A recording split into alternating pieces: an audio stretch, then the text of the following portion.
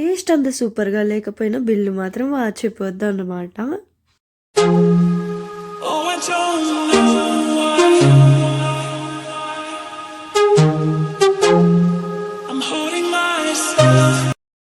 Guys welcome back to our channel Sanas hash tag. So ఈ రోజు అయితే నేను క్రాస్ రోడ్స్ విజయవాడలో ఉన్న రెస్టారెంట్కి అయితే వచ్చేసాను.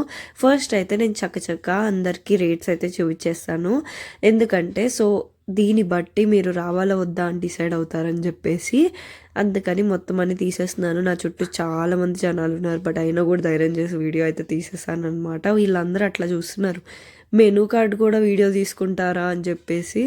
సో నెక్స్ట్ అయితే ఇట్లా బిర్యానీ అయితే వచ్చేసింది అనమాట, ఫ్రై పీస్ బిర్యానీ. సో ఇది వచ్చేసి 380 అనమాట. నాకైతే క్వాంటిటీ తక్కువే అనిపించింది అండ్ టేస్ట్ కూడా అంత సూపర్గా ఏం లేదు. సో నేను అప్పటికే నాకు డౌట్ వచ్చి డబల్ మసాలా అని చెప్పాను అనమాట.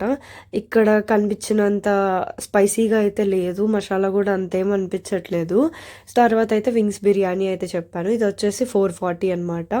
సో ఇది అయితే కొంచెం పర్వాలేదు, బట్ అంతా నాకేంటో ఆయిలీగా అనిపించింది కొంచెం ఎక్కువ, మీకు చూస్తే కూడా అర్థమవుతుంది. సో వాళ్ళైతే ఇట్లా ఫస్ట్ అయితే తెచ్చేశారు. అండ్ మీకు రీసెంట్గా జరిగే స్కామ్స్ గురించి అయితే చెప్తామనుకుంటున్నాను.